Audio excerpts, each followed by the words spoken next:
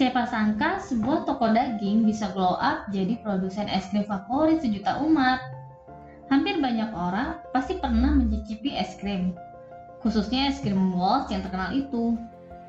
Nah, siapakah sih orang di balik kesuksesan es krim Walls yang lezat itu? Beliau adalah Richard Walsh. Pada tahun 1786, seorang pria bernama Richard Walsh membuka kios daging di pasar St. James, London. Walsh mendapatkan reputasi yang amat baik sebagai seorang tukang daging, sehingga ia dikenal banyak orang pada masanya. Dengan kesuksesan dan kepopularitasan, toko yang dibangun bisa berubah menjadi yang lebih besar lagi. Bahkan, pada tahun 1812, Walsh menerima penghargaan royal pertama dari Pangeran George, Prince of Wales, sebagai penyedia bahan daging terbaik. Wow, sungguh fantastik bukan? Bisnis daging Walsh semakin meledak pada tahun 1824. Ia pun pindah ke gedung yang baru yang lebih besar di 113 Jermyn Street, London.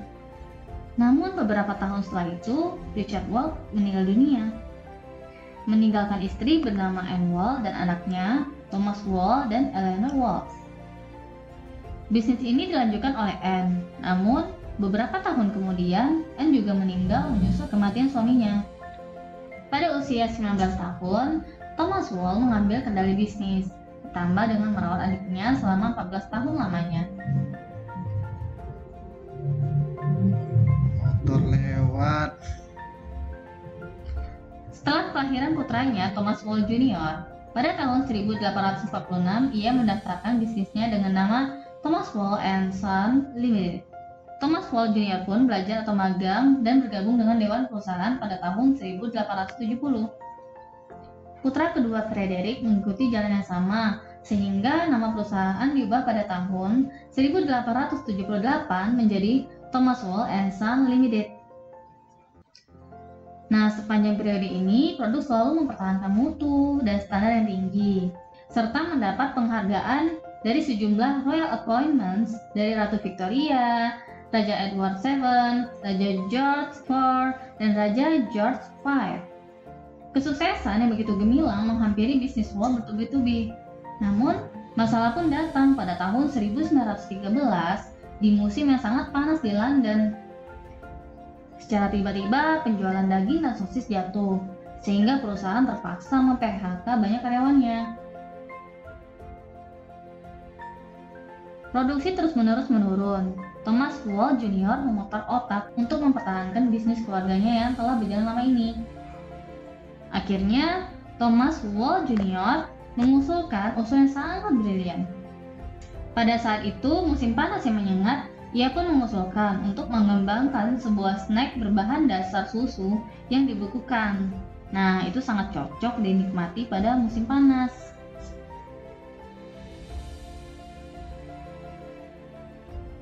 Namun rencananya tertahan karena saat itu keuangan keluarga tidak mencukupi untuk membuka bisnis es krim yang baru.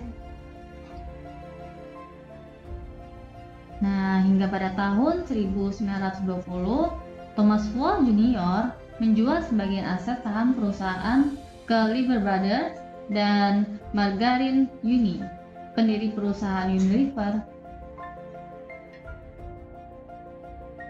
Di bawah arahan Maxwell Holt, ide bisnis es krim Thomas Walsh Jr.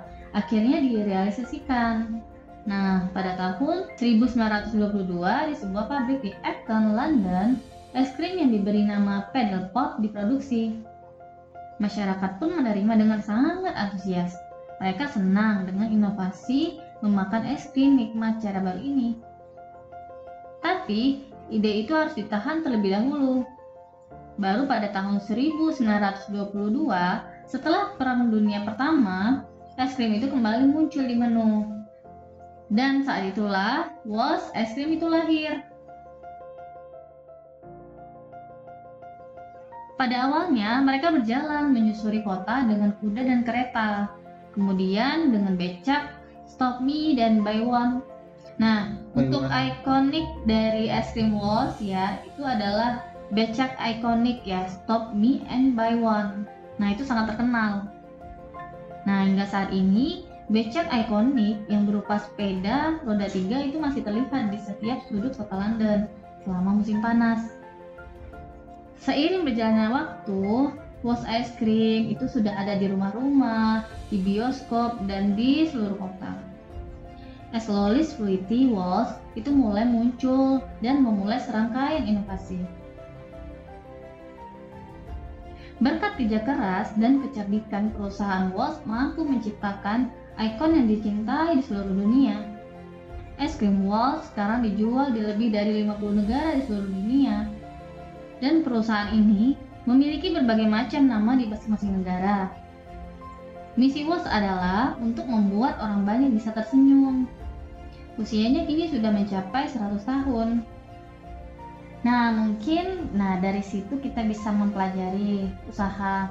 Jika kita memulai suatu usaha dan gagal, kita tidak boleh menyerah, dan kita harus mencoba usaha yang lain sampai kita menemukan memang yang benar-benar sesuai dengan keadaan yang seharusnya saat ini gitu.